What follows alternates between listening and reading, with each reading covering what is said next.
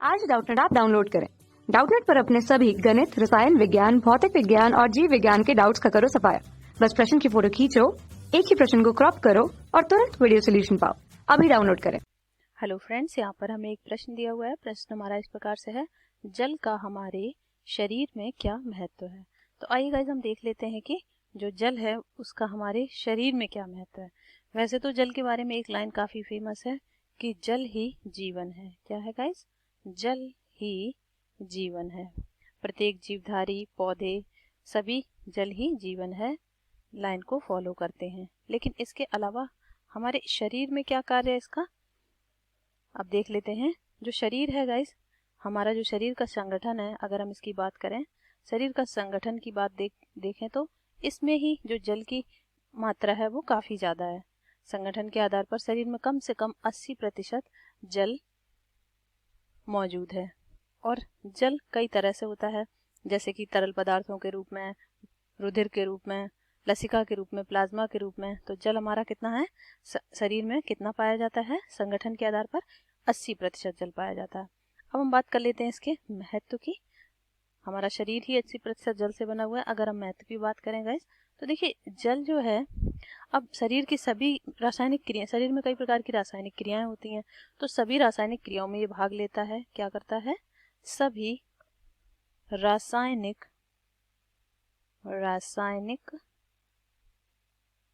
क्रियाओं में भाग लेना, क्रियाओं में भाग लेना जल का काम है। और क्या कार्य है? देखिए रासायनिक क्रियाएं जो भी होती हैं शरीर के अंदर, जैसे कि पाचन, श्वसन, ये सारी की सारी हमारी। और अब देख लेते हैं कि इन सारी रासायनिक क्रियाओं को हमने किस रूप में एक्सप्लेन किया हुआ है। देखते हैं रासायनिक क्रियाएं किस रूप में पाई जाती हैं। ये सारी की सारी हमारी होती हैं उपापचय के द्वारा। किसके द्वारा गाइस? उपापचय। अब उपापचय को हम बोलते हैं मेटाबॉलिज्म। मेटाबॉलिज्म में हमारी सारी रासायनिक क्रियाएं और भौतिक क्रियाएं आ जाएंगी। अब हम आपको ये भी बता दें कि उपापचय की जो क्रियाएं होती हैं वो दो प्रकार से होती हैं। किस प्रकार से होती हैं? दो प्रकार से। पहली होती है हमारी कौन सी? उपचयी। उपचयी, इन्हें हम बोलते हैं एनाबॉलिक। क्या बोलेंगे गाइस? एनाबॉलिक क्रियाएं। हम सारे शरीर की सारी क्रियाओं की बात कर रहे हैं, उन्हें हम दो भागों में ब्रॉडली बांट सकते हैं। किस कैटेगरी के आधार पर? उपापचय के आधार पर। तो उपापचय में पहली पाई जाती है उपचयी अभिक्रियाएं, और दूसरी जो पाई जाती हैं वो कैसी होती हैं? वो होती हैं अपचयी। क्या होती हैं गाइस? अपचयी क्रियाएं।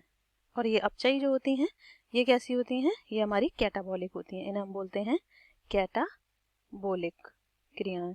अब देख लेते हैं कि इनमें फर्क क्या है गाइस। यहाँ इनमें ये फर्क है, जो अपचयी क्रियाएं होती हैं ये कैसी होती हैं?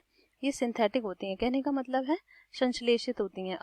उपचयी एनाबॉलिक, देखिए एनाबॉलिक जो है ये क्या करती है? शरीर के विभिन्न चीजों को बनाती हैं। कहने का मतलब है सरल कार्बनिक पदार्थों से जटिल कार्बनिक पदार्थों का निर्माण करती हैं। तो ये क्रियाएं कैसी होती हैं? रचनात्मक।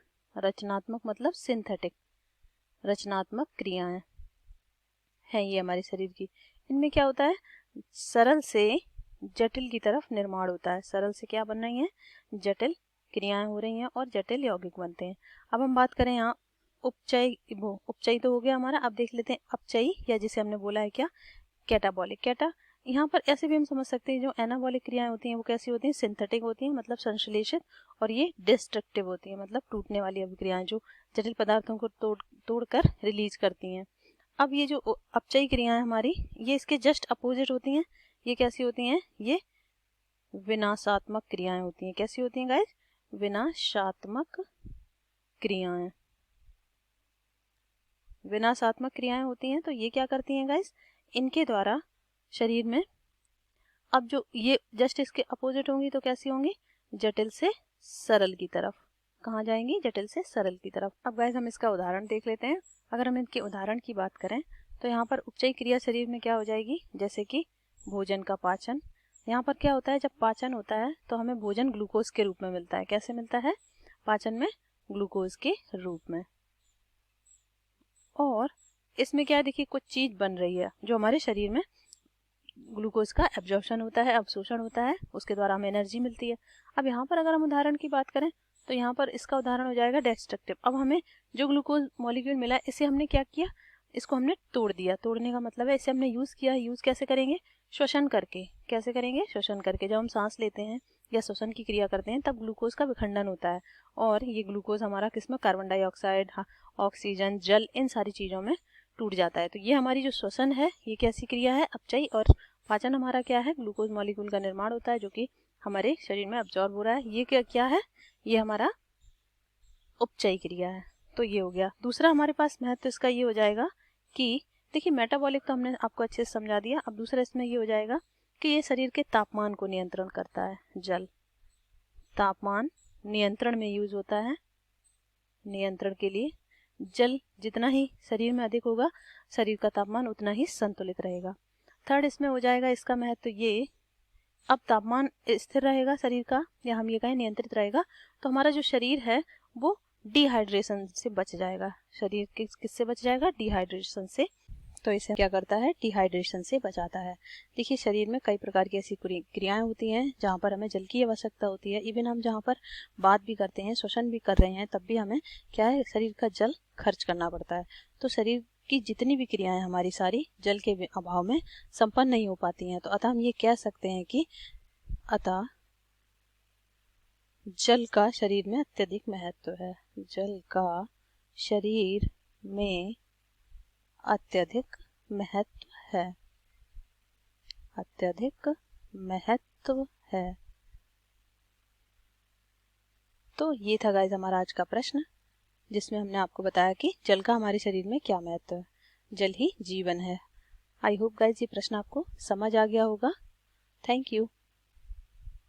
कक्षा 6 से 12वीं से लेकर नीट, IIT, JEE वो एडवांस के लेवल तक 1 करोड़ से ज्यादा छात्रों का भरोसा। आज ही डाउनलोड करें डाउटनेट ऐप या व्हाट्सएप करें अपने सारे डाउट्स 8400 400 400 पर।